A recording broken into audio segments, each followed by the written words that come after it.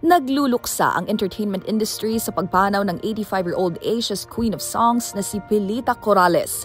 Sa social media, bumuhos ang pagbibigay pugay at pag-alala ng mga kasamang artista sa kanyang legasiya noong nabubuhay pa. Kabilang na riyan si Jano Gibbs na ibinahagi ang ginawa nilang music video noon ng veteran singer. May idol, may inspiration naman kung ituring ni Jasha Padilla ang yumaong si Pilita Corrales. Si Martin Rivera, binalikan ang pagkakataon ng makaduet niya ito at inalala ang iconic liad ng legendary singer tuwing nagtatanghal.